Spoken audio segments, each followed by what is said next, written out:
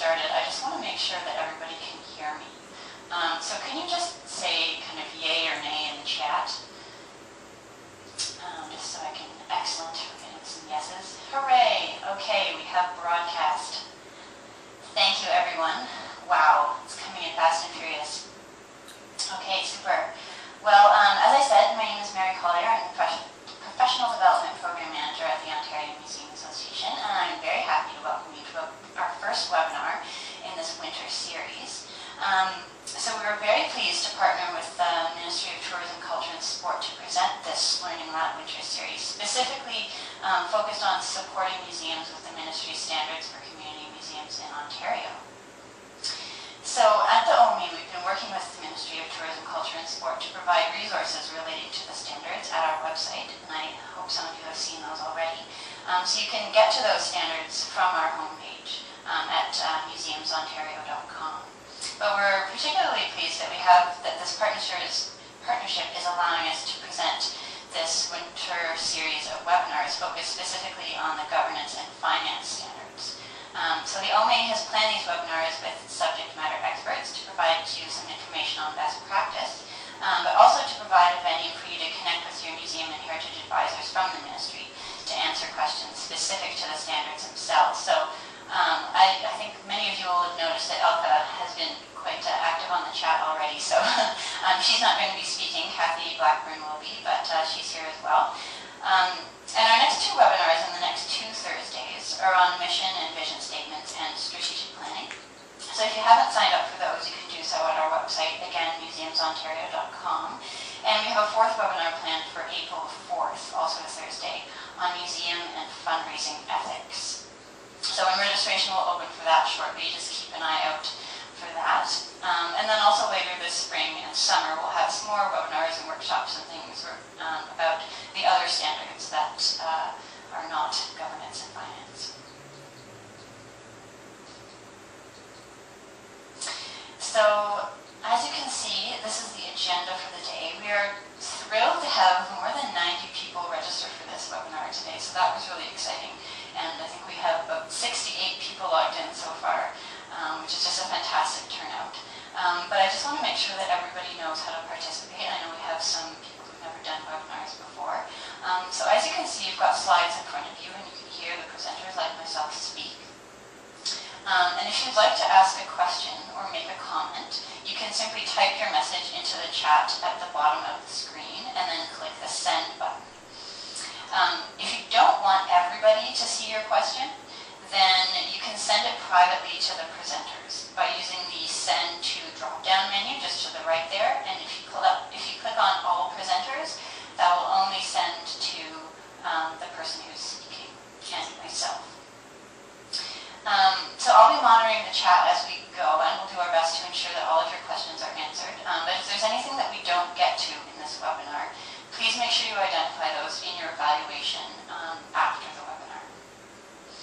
And as you can see in the agenda, after this introduction, I'm going to pass the line over to Carrie Brooks-Joiner, who is our webinar presenter today. And please feel free to ask her any questions during her presentation about the content that she's presenting. Following her presentation, there's going to be a 15-minute Q&A with Kathy Blackburn from the Ministry of Tourism, Culture and Sport. And so she'll be able to answer any questions specifically about the governance standard itself.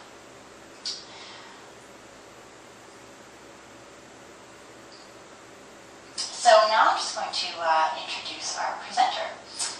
Carrie Brooks-Joiner is the owner of the consulting firm Carrie Brooks-Joiner and Associates. She specializes in supporting the leadership and management of nonprofit organizations and has a focus on the cultural sector. Carrie has been active in the cultural community for almost 3 decades and brings expertise in planning, governance, community development, and facilitation. Carrie teaches at the university level and is a frequent conference speaker and workshop leader. She's held positions in the nonprofit and public sectors and is also a former president of the Ontario Museum Association. So we're very happy to have Carrie with us today, and I'm just going to let Carrie take it over from here.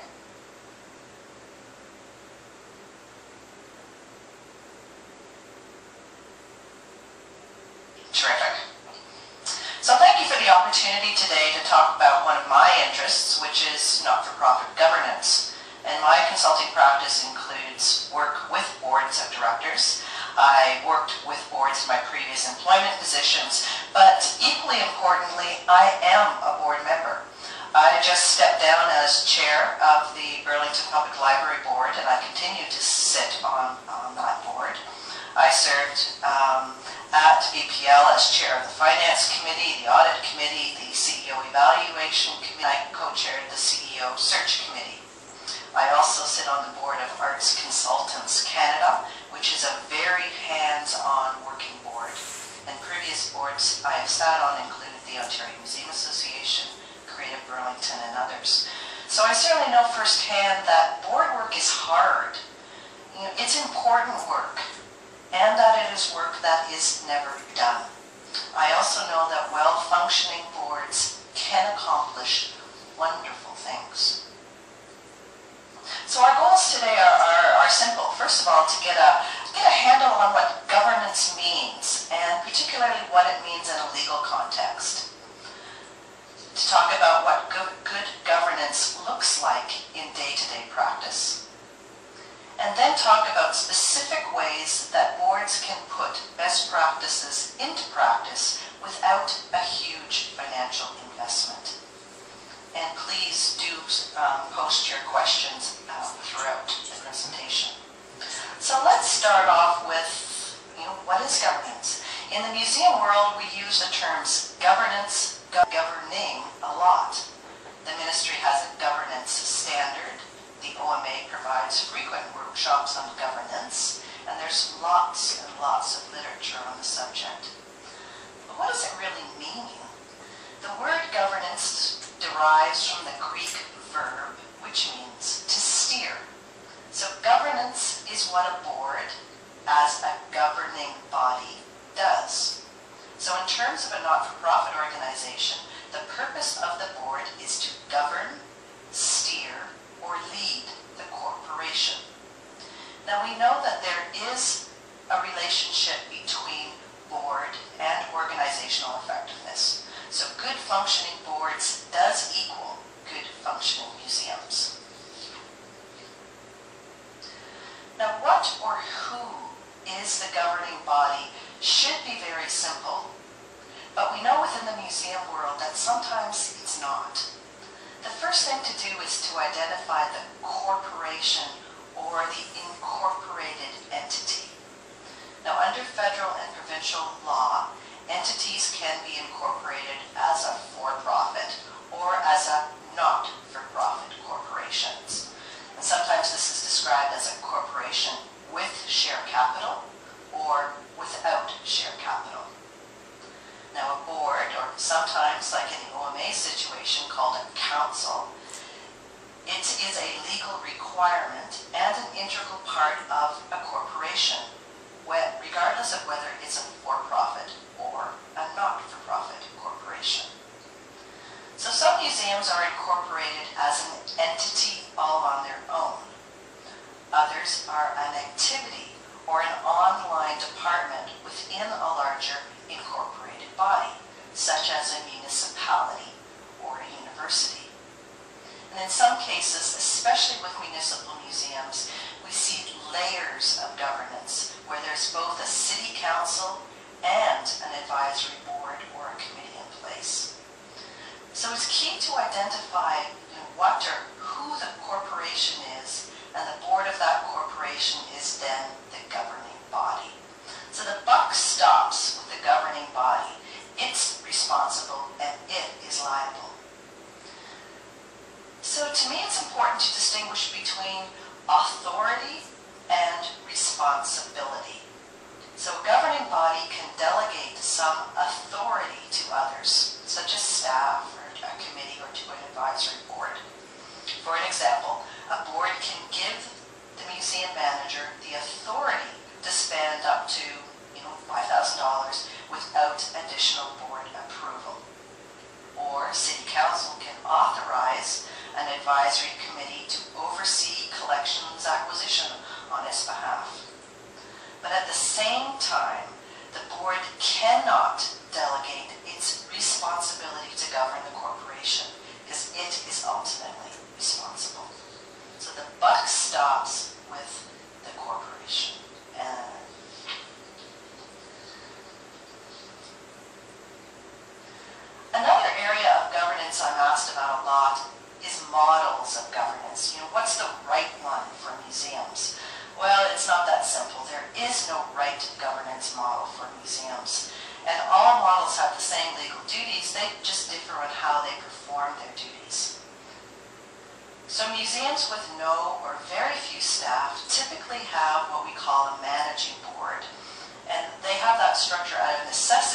they need more hands on deck. The board then shares in the day-to-day operations. Now, many Ontario museums have what's called a governing board, where it provides oversight, but it's not so much involved in the day-to-day operations. I like to think of those as noses in and fingers out boards. Now, there are a few boards that have adopted a carver approach to board governance, and they govern through the development of policy and by defining the limits of board authority, of staff authority, forgive me. There are also some hybrid models that fall in between managing and governance or have entrepreneurial aspects as well. So the governance model for a museum may change over time, and that's expected. New organizations with no staff start with a managing board and sometimes transition to a governing board as staff capacity and internal processes grow. And at a time of crisis, a board may shift its level of involvement to provide more oversight. Now, advisory boards or committees are a completely different animal. Found in many municipal settings, they have some authorities delegated to them by the municipality, such as budget preparation and perhaps program planning. But the governance responsibility still lies within the corporation, which is the municipality and its council.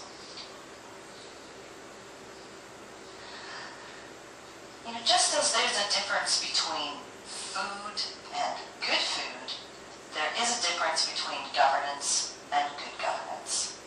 And I'm sure that between everybody participating in this webinar, there is lots and lots of experience working with boards. I know some of you report to boards or work in museums that have boards.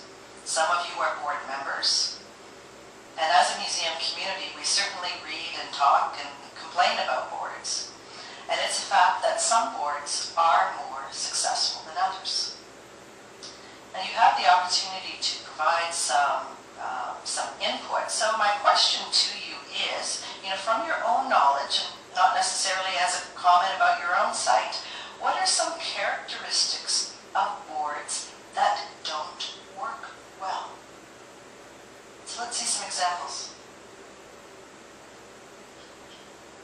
Now you have a chat box and you can just briefly type in some characteristics of boards that don't work well. There we are, getting some feedback.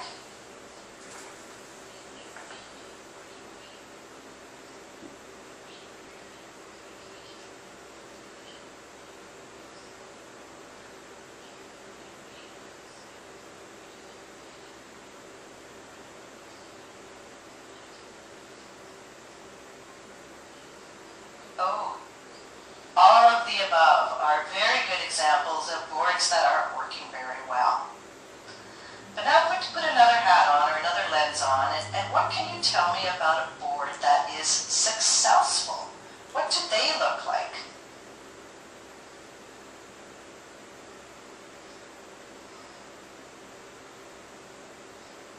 Somehow I think this is a shorter list.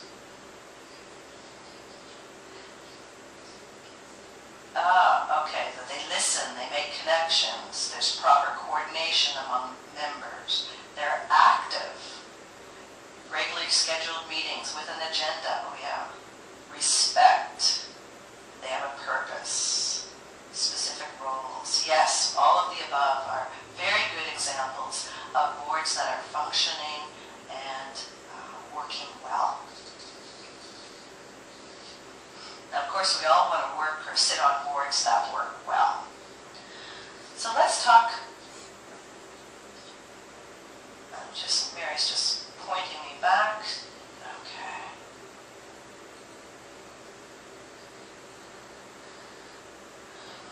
So let's talk specifically about what are the responsibilities for board members. And board members have what is called a fiduciary responsibility, or it can be described as they have a fiduciary relationship with the corporation. So the term fiduciary is both a noun and an adjective. So the word is based on the Latin fiducia, meaning confidence or trust. So a fiduciary is one that holds a fiduciary relationship or acts in a fiduciary capacity. So a board member is a fiduciary, and the board as a whole has a fiduciary relationship to the public.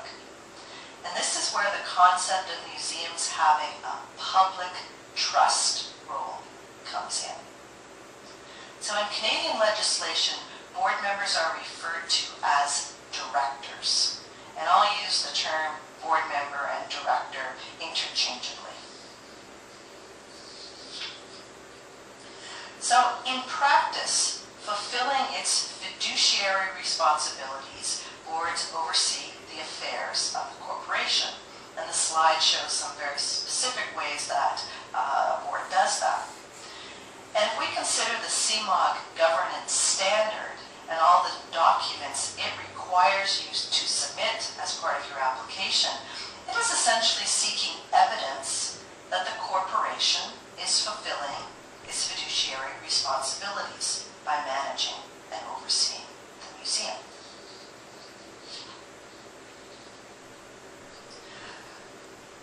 So in law, directors or board members have three basic duties. The first one is duty of diligence, and this is the responsibility or duty to act reasonably, prudently, in good faith, and with a view to the best interests of the organization and its members. It'd be another way of saying to act with common sense, if we could legislate common sense.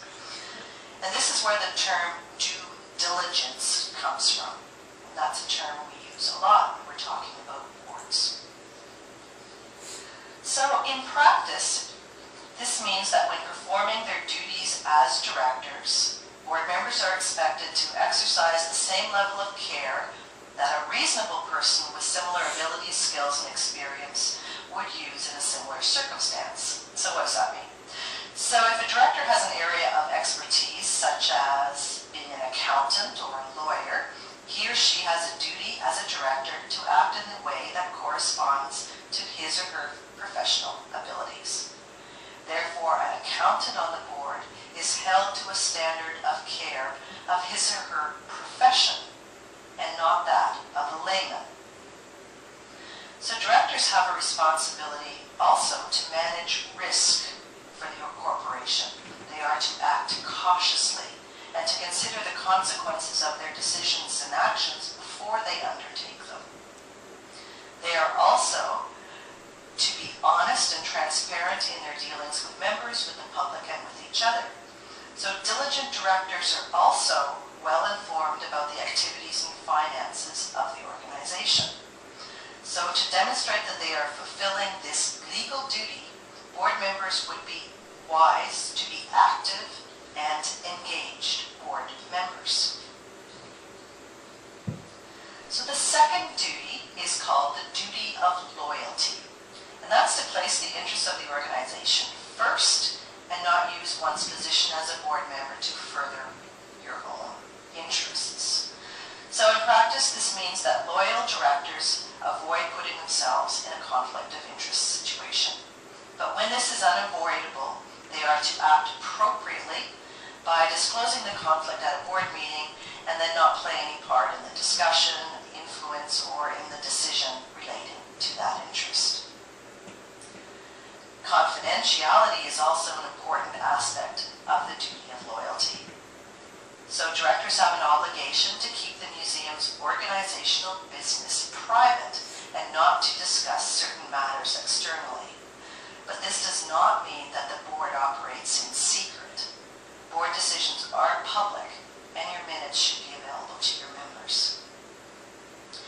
A board must also act as one entity, and loyal directors support the decisions of the board even if they do not personally agree with the decision and may not even have supported to support the decision at the board meeting. But once a decision is made, all directors must support it. The board's laundry stays in the boardroom. So all disagreements should end with a decision.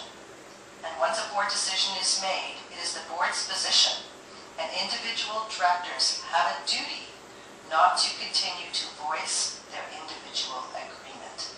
And if a board member can't live with a board decision, they should resign. Individually, board members have no authority and no power. So staff may ask individual board members for advice and guidance, but there is no obligation by staff to follow the advice of an individual board member, even the chair. It is only as a unified voice that the board has the authority to make decisions or direct the staff. But we all know that board members often play more than one volunteer role in one organization. That, we wear many volunteer hats. And when board members are in the role of museum volunteer, perhaps at a special event serving hot dogs, they are not there as a board member. They are there as an extra pair of hands and should take the direction from staff or whoever has authority for the event. Regardless, that board member still has no authority on their own, and all of us board members need to keep that in mind. The unified voice applies externally too, and the board should have a designated spokesperson for all news, whether it's good news or bad news, and it doesn't have to be the chair.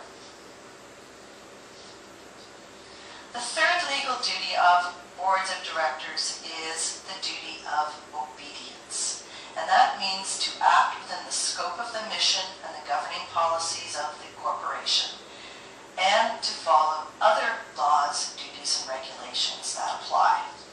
So, what does that look like in practice? Oops, I'm getting ahead of myself. It means that directors have a duty to comply with the organization's governing documents, whether those are the letters patents and the bylaws, and to ensure that staff and committees of the organization do so as well. Obedient directors ensure that the governing documents remain current and accurate and oversee the process that is used to update and amend them. And this is where the board's responsibility to plan for the corporation comes in, as it is the strategic plan which is the path to fulfill your mission and your letters patent. Compliance with other laws, regulations, and so on, such as AOTA, health and safety regulations, and so on, also fall in under the duty of obedience. So that was the Coles Notes version of the legal framework for board responsibilities. So, let's move on to some very practical tips that you can use at your own board meetings. And I want to start with the agenda, because it's very much overlooked and can be an extremely useful governance tool, because it can serve as a framework for how the board uses its board meetings to fulfill its fiduciary responsibilities. So I always suggest that the mission be written right on the top of every agenda for easy referral for decisions. It doesn't cost anything, you just type it on the top, right with the date. I also strongly recommend that you allocate the board's time on decision items and focused discussion that will lead to future decisions. If your meeting agenda is full with reporting and the meeting is taken up only with information reports, that's not a governing meeting, and you need to spend your time on decisions and the important work of boards.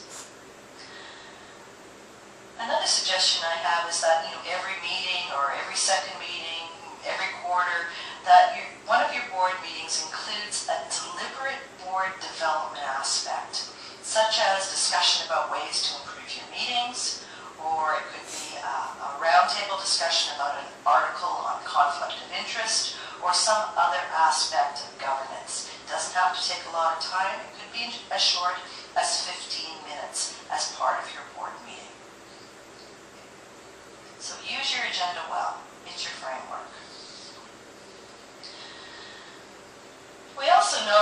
experienced that good boards need good board members.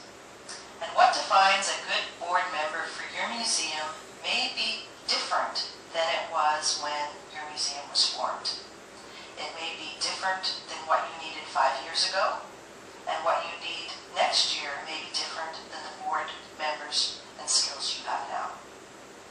Boards should change over time, and that needs to be constantly thought out and implemented.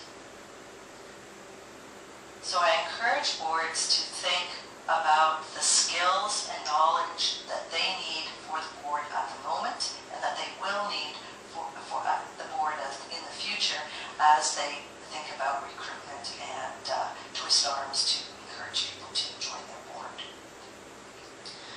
One question I'm asked a lot about is board orientation. Do board members need orientation?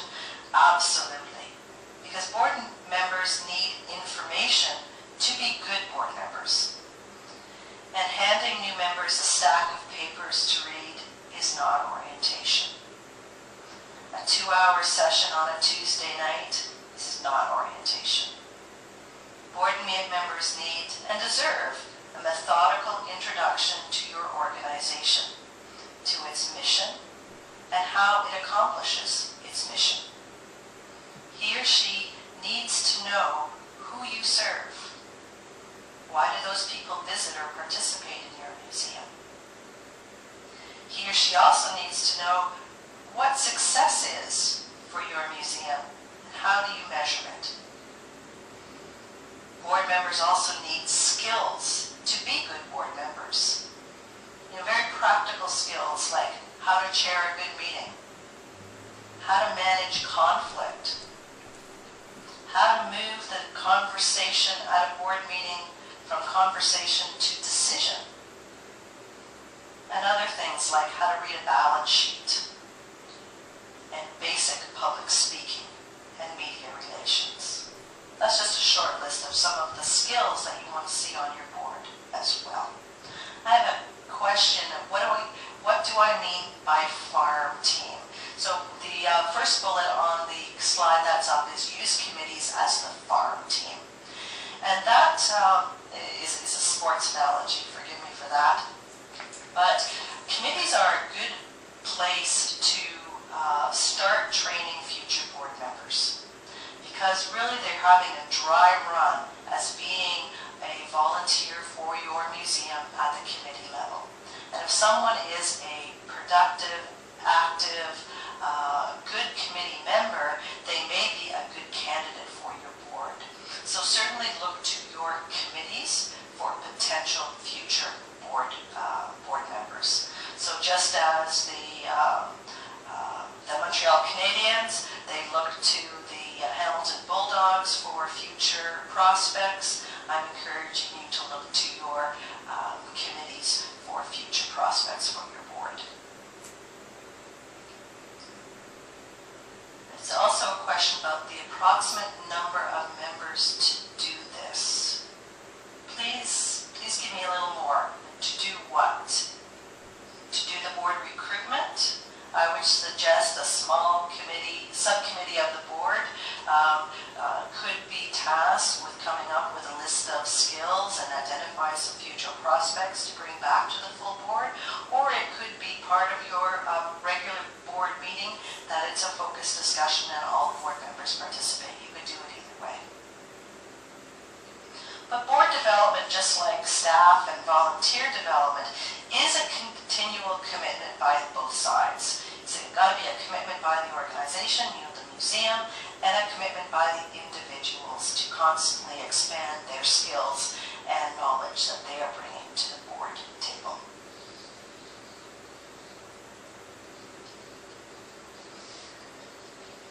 Now I want to give you a governance heads up. In Ontario, there's a new Not-for-Profit Corporations Act. And this legislation will have an impact on Ontario museums who are incorporated under the Provincial Corporations Act. For example, existing not-for-profit corporations, like museums, may need to make changes to their bylaws, and their letters patent to conform to this new legislation. And the government is strongly encouraging Ontario not-for-profits to review their documents before the end of the 3-year transition period. So keep an eye out for that. The legislation is targeted to come into effect July 1st, and then there will be a 3-year transition after that point. Now there's 2 points of the legislation that I just want to flag for museums. And one is the ONCA, which is the short form for that legislation.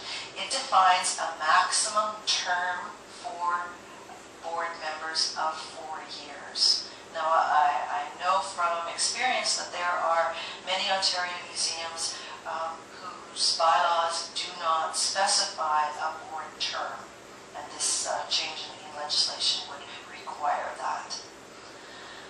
Another change is that the legislation has a very different approach to membership than we're used to in the museum community.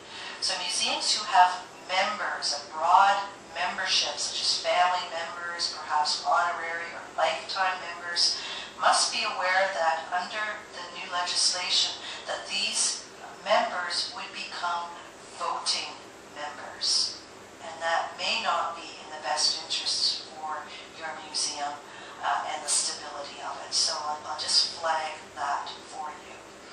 So it's strongly advised that not-for-profit corporations seek some legal advice for the review of their letters patent and bylaws to ensure that they are achieving compliance over the next 3 years. There's a question, what is letters patent? It is your articles of incorporation. So it would be a legal document which would be issued by the provincial government that confirms that the organization is incorporated as a not-for-profit corporation.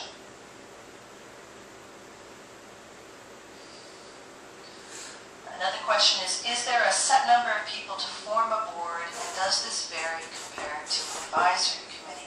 Well, that's a good question, and the short answer is yes. Now, I'm not a lawyer, and I'm going from memory here, but I think it takes 3 people to apply for incorporation. It's 3 or 4. An advisory committee can be any more than 2 because it is not a legal entity. It is basically a group of people who want to accomplish something together. Question, does the term of office apply to advisory committees of council? No, it does not, because advisory committees are not incorporated bodies and do not fall under the Corporations Act.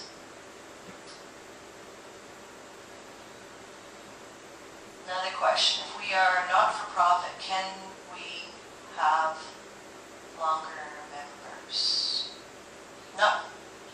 Longer term. I'm going to assume that means can you have a longer term? It's kind of unclear. This is an area of the legislation that I think there will be much more discussion on. So my reading of it is that an individual could not be appointed for longer than a 4-year term at one time. Whether there's the possibility of a second 4-year term is unclear at this point.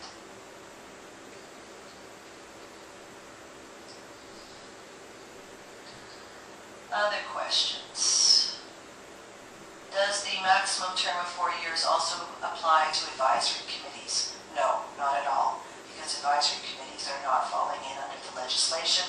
You can sit on an advisory committee as long as you want and as long as they want you. So our 20-year members are out is another question. On a board, yes. And as a board member myself, I would really hate to sit on a board for 20 years. I can't think that I would be bringing sustained energy and a fresh approach to an organization legislation and the individual board member's sake, no, I would not want to see decades of board service. Well, the questions are coming in fast and furious.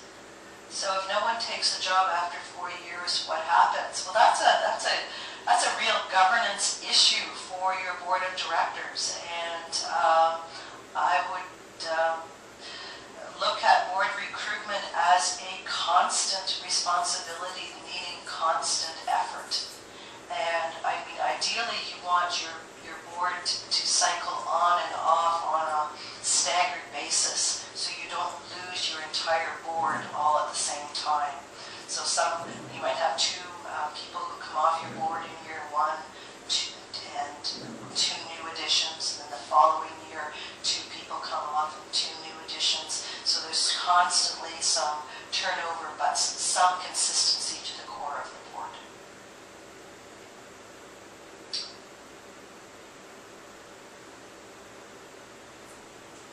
Just seeing lots of other questions.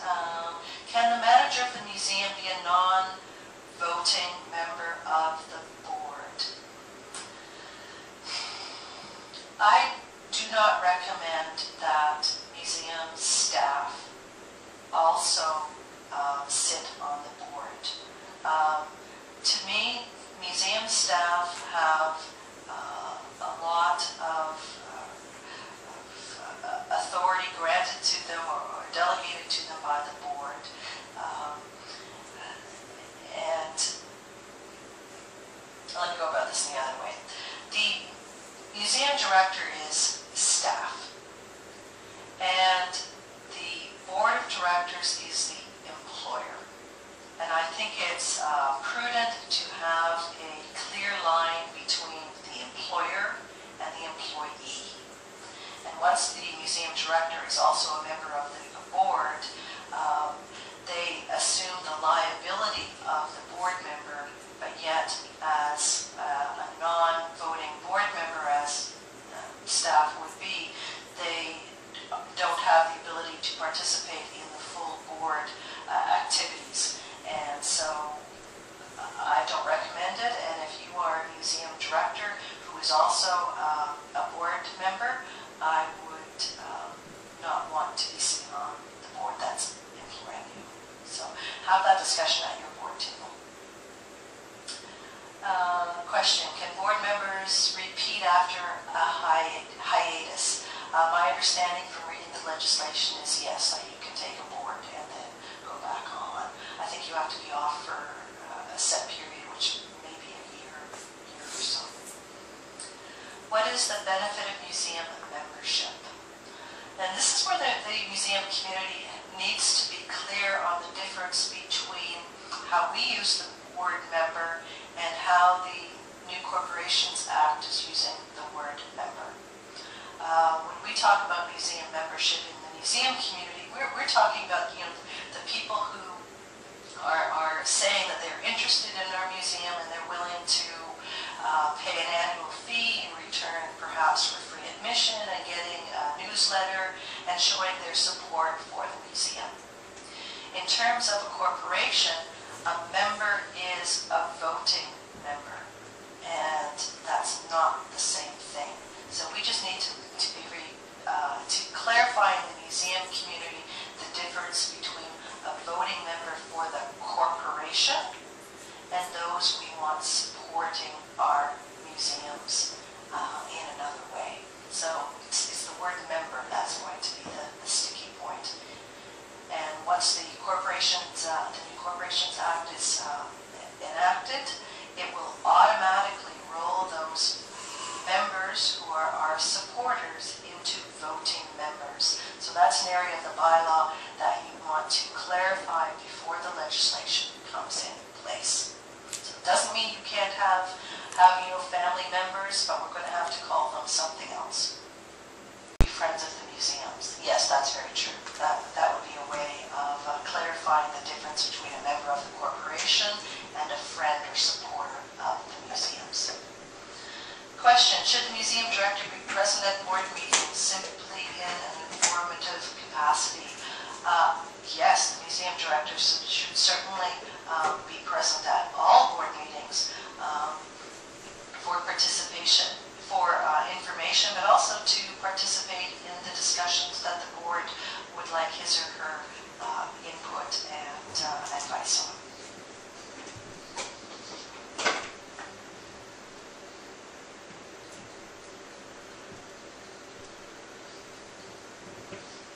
So Mary, have I missed any of the questions? There's some that have been repeated. If I haven't addressed your question and that you submitted earlier, please submit it again so it pops back up onto the top of my screen.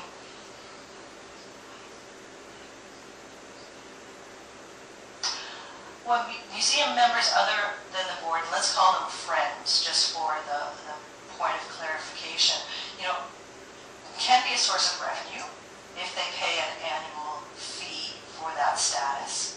They are a way that you can demonstrate that you have a level of community support because you can quantify and count these friends. There's certainly a core of people who are interested in what you do, and you may be able to transition some of them into being volunteers. And of course, from there, you want to get some of those people onto your committees, and eventually those are the people that you want to draw from for your board as well. So by all means, you want to nurture and grow the friends or the people in your community who are supportive of what you are doing as a museum.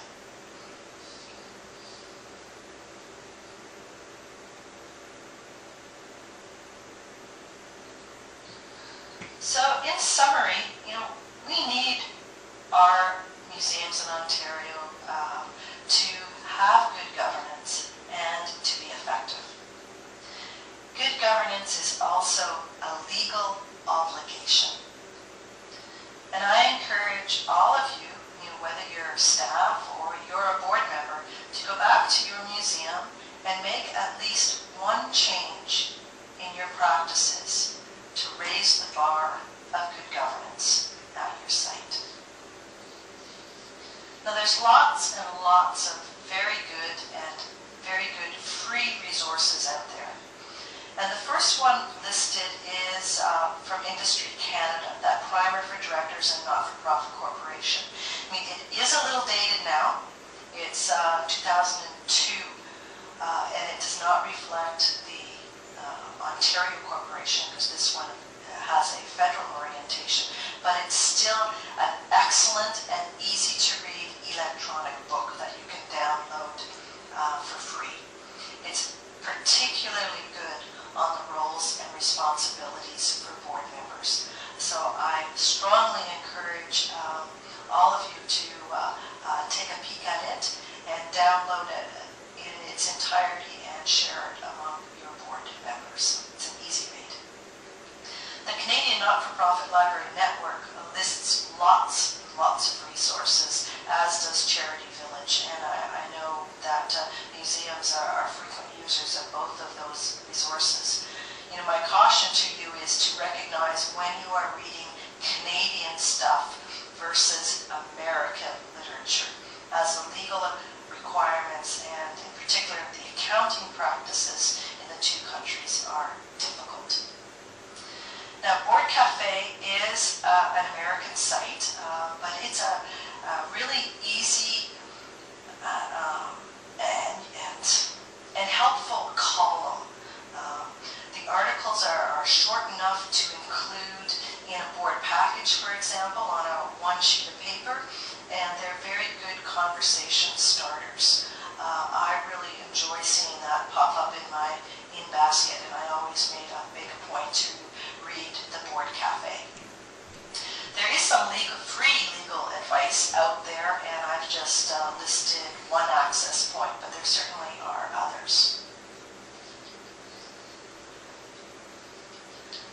Now, on the ministry's website for the Ontario Not-for-Profit Corporations Act, it includes a document which they call the Transition Checklist, and I've included the link on the slide slide that's up there now.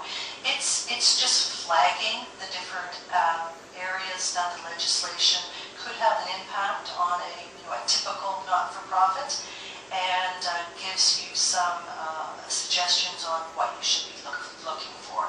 It's not a long document, it's an easy read, so I certainly encourage you to check out that transition checklist, because the legislation itself is a little daunting to read, but it is also available on the Minister's website.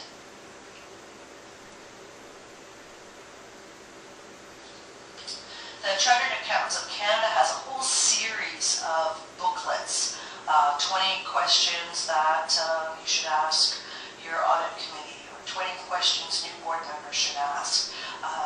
They're short, easy to read, and again, they are free, so you can read them online or download them and share them among your board members.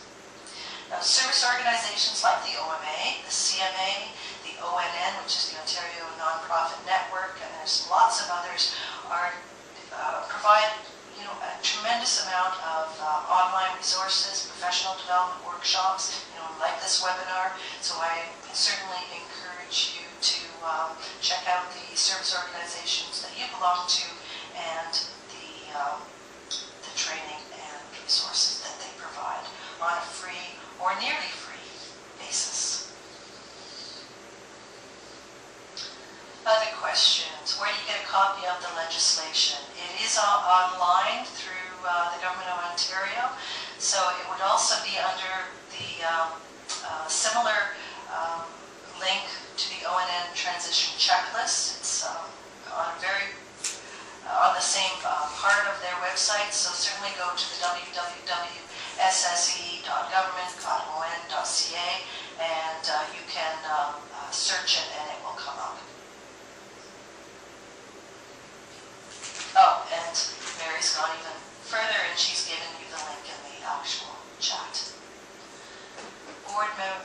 Question about board minutes being confidential to the board versus public.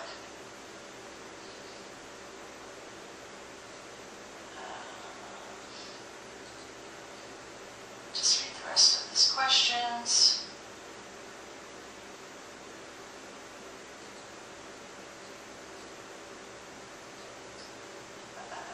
The question is about whether board minutes are confidential to the board as referenced in Bill 65. Can you clarify? Truthfully, I'm not going to weigh in on this one.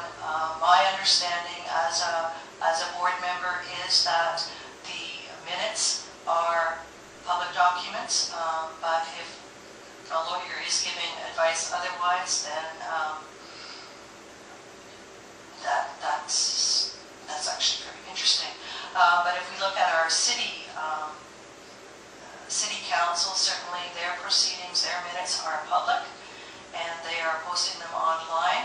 There are aspects of board minutes, that can be confidential when a board goes in camera to discuss very specific areas, such as HR matters or contracts, where it is in the best interest of the corporation to have that information remain private.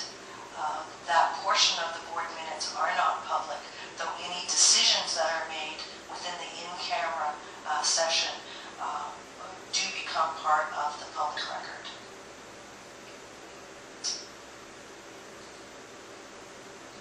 Other question. Is an advisory board necessary if we are governed by council as a municipal museum? No, an advisory board is not necessary. It is the choice of some municipal councils to delegate some of their authority to a separate body that can give more attention to the museum, but certainly a city council can remain as a governing body and not put a governing board or advisory, not governing board, an advisory board or advisory committee in place. That's entirely their choice. Another one. If an organization is not a museum and has an executive leadership team of 3 people, how should the board approach the reporting structure or accountability to the board? That's a really good question, because a lot of boards do have an executive committee, which are typically made up of the officers of the corporation. So that would be the chair, the vice chair, perhaps the treasurer and the secretary. It would depend on your bylaws. And you really want to avoid putting in place what I call a 2-tier board, where the executive is making decisions that really are the entire board's responsibility. And in my practice as a board member, the executive committee really should only be making decisions and meeting when it's not practical for the entire board to get together. So, for example, in the situation where there's an emergency and decision has to be made on a very time-sensitive basis. But certainly the executive committee should not be doing the work of the entire board on a routine basis.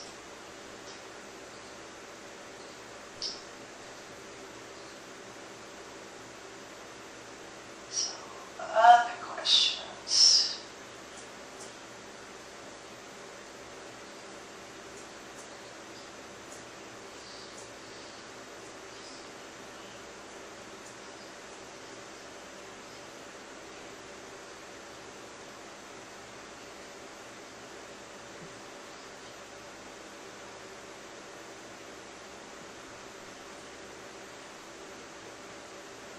Can you talk about conflict of interest on boards?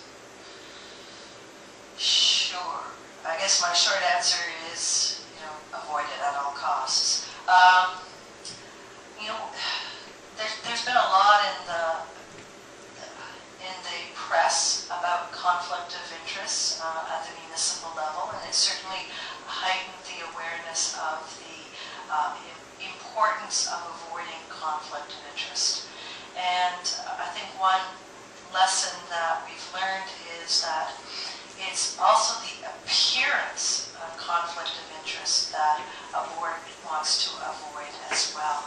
So if there's even a whiff of conflict, the board needs to talk about it and get it minuted, whether a person believes they have conflict or not, so it's very clear and transparent. Practical advice on directors and liability insurance can be found. Canadian Museum Association, for example, OHS, Kathy is indicating, also has it. The short answer on directors and officers liability insurance is yes, you should have it. And if you're a board member, at your next meeting, go back and ask whether you are covered under directors' liability insurance. And if you're not, I would strongly recommend that the museum or that the board put the insurance in place for its board members.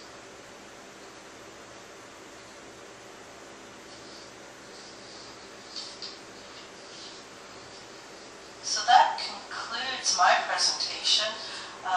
Great questions, thank you, and they are still coming in. So, we can talk about boards for days and days and days, but I think at this point I'm turning it over to Mary, and I'm going to stop broadcasting. So thank you very much for your interest and attention, and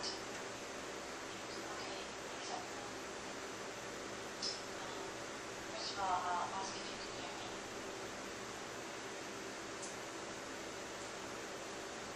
Okay, great.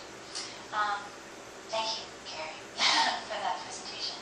I think it's given everybody a lot to think about and a lot of things to investigate when they get home and share with other members of their organizations. So now it's time to pass the mic over to Kathy Blackburn, the Museum and Heritage Advisor with the Ministry of Tourism, Culture and Sport. So this now is your opportunity to ask those questions that relate specifically to the ministry's governance standard itself. So I am just going to ask Kathy to start broadcasting.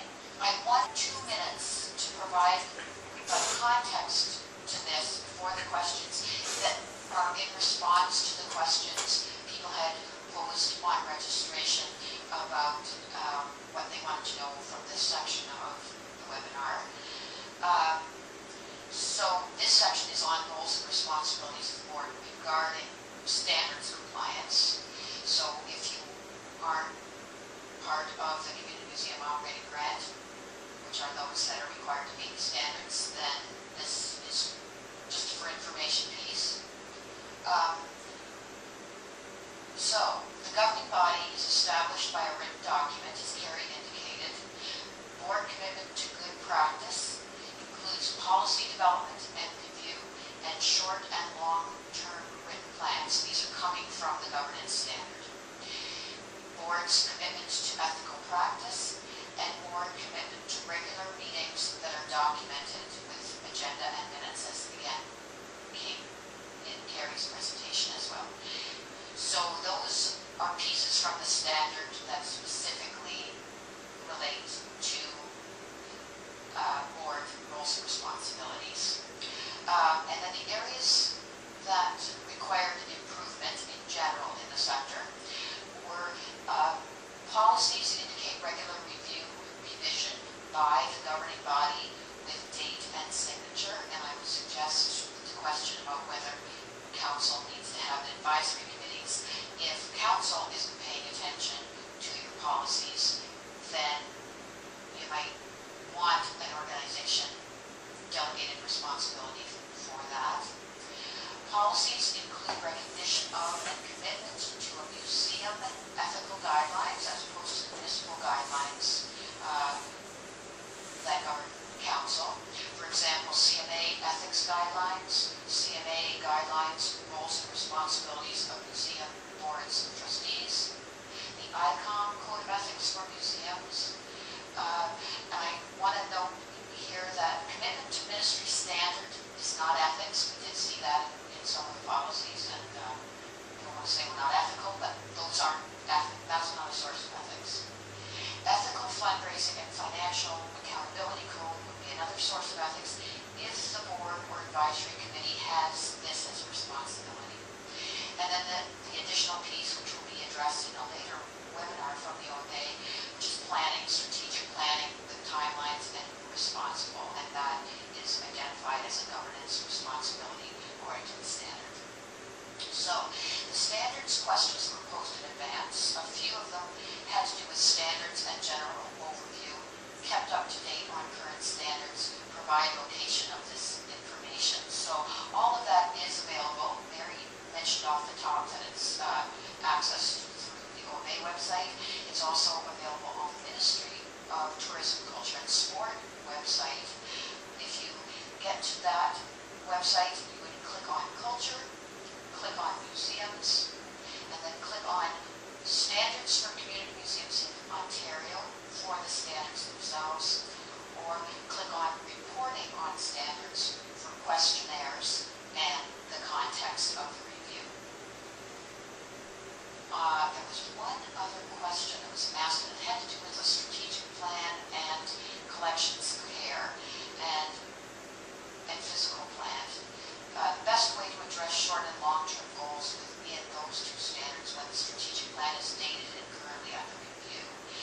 I would wait till the strategic plan is completed and or at least available in a draft form, and then go back and re-look at the two policies that were identified there, collections care and physical plan, and conveniently your deadlines for the strategic planning, at least for evidence of the planning process, is 6 months earlier than the deadline for any other policies that you might have been asked to revise.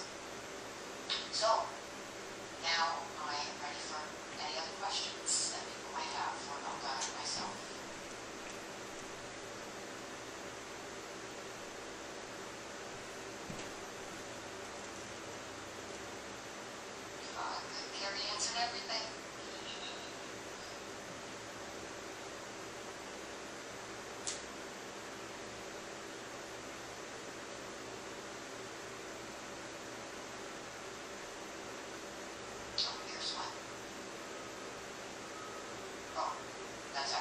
question relating to the standards. That's a further question for Carrie.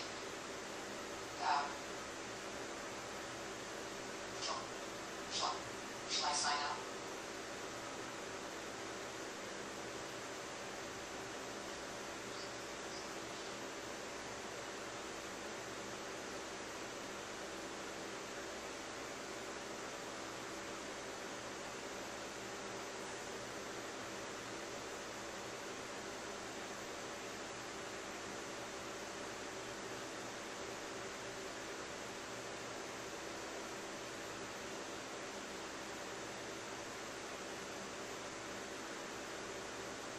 Okay, I'm coming back because now we are getting some standards questions. And I had some thank yous, so now I need to find my questions here. I'll scroll back up here.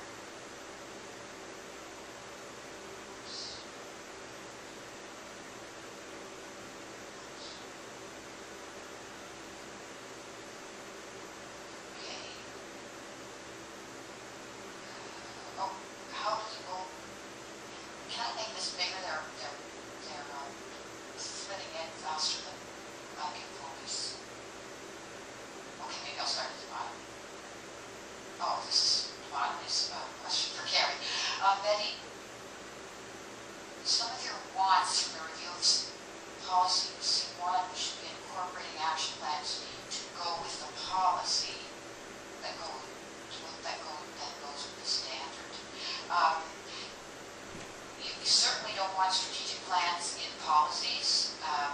Policies guide practice, and policies are part of the governance piece. They support the mission of the organization, and then the strategic plan is, in a specified time frame that will be addressed in a later webinar with John Linton. These take place in a specified time frame, and it's the plans for moving forward that mission.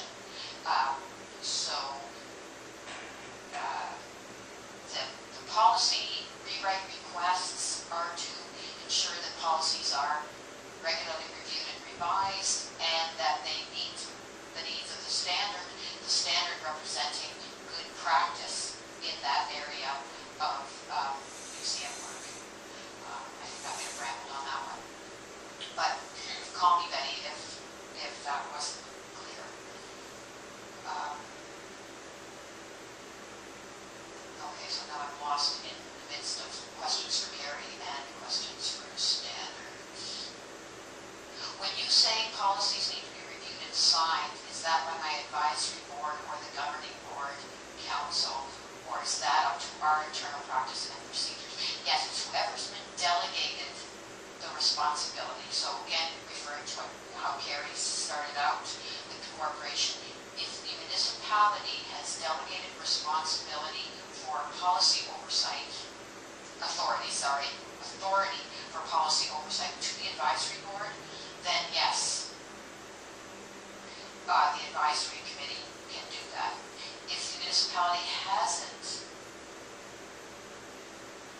given that responsibility, then, I'm sorry, I'm losing my words here, so I'm looking desperately at Carrie, then that has to be done by council. But it might be a good opportunity to encourage council to pass on some of those responsibilities.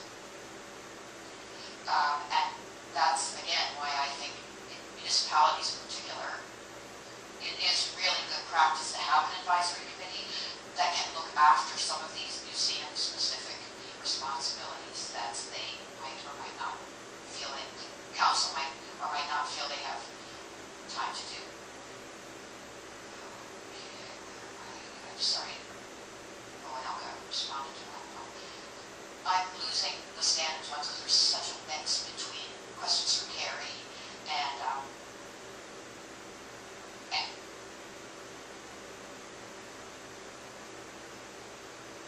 so, and Karen, I'd just like to respond to Karen Patilla.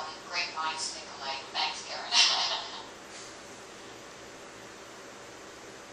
So, I apologize if I missed somebody's standards question. standards related question, if you could repeat it, and I'll try and catch up. I see so few of these at a time that I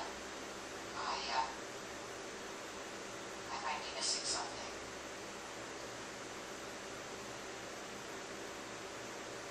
And that's a good idea, Susan, to have a committee that's dedicated to the policy as long as the whole committee in the end is approving it.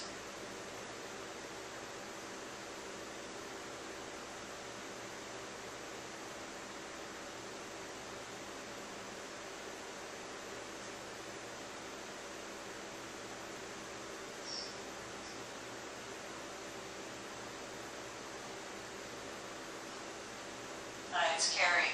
There was a question about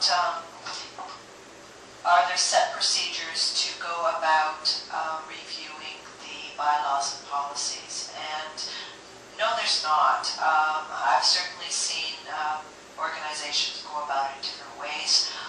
You can have the entire board do that work as part of their ongoing governance work. It may be more feasible to delegate it to a governance committee if you have one. I've also seen an organization who set up what they called a governance task force, and it included the senior staff person and 2 members of the board. So it was a very small task force of just 3 people, and they worked through the bylaw changes and then brought back a recommendation to the entire board, and they found that was the most effective way to get the nitty-gritty work done, but still have the discussion and the decision about the bylaws made by the entire board. So it's really whatever's going to work for your organization. If you have the dollars, I mean, you could hire legal counsel to revise your bylaws entirely on your behalf and contract that work out.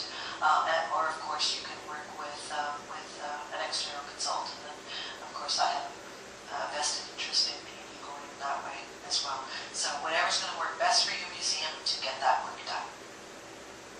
So I'm going to send it back to Kathy.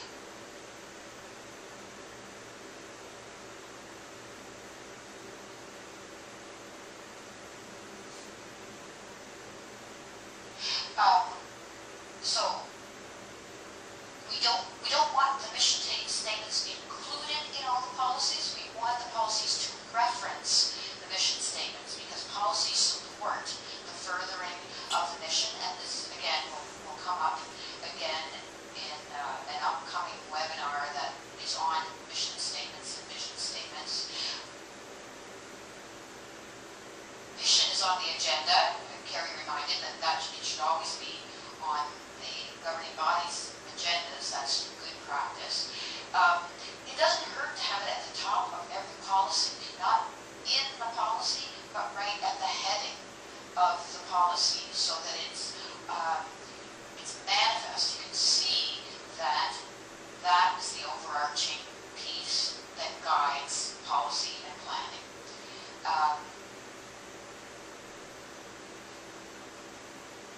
Okay, sorry. Okay. Okay. Is there another one? Are we just good?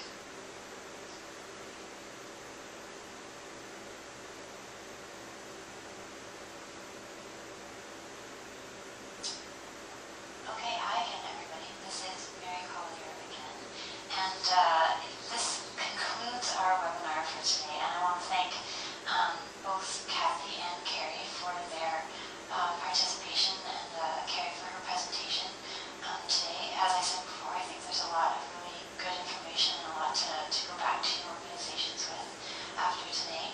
And I also want to thank the Ministry of Tourism, Culture and Sport for their support of this webinar series, and for the Ministry's staff's active participation in this process. I want to thank everyone who signed in today for your participation. We certainly had a flurry of activity in the chat, which is fantastic. As I mentioned at the beginning in the chat, I think the slides will be available to you after this webinar. So if you didn't scribble everything down, don't worry about that. And if you still have some questions that we didn't get to today, please do include them in the evaluation that will be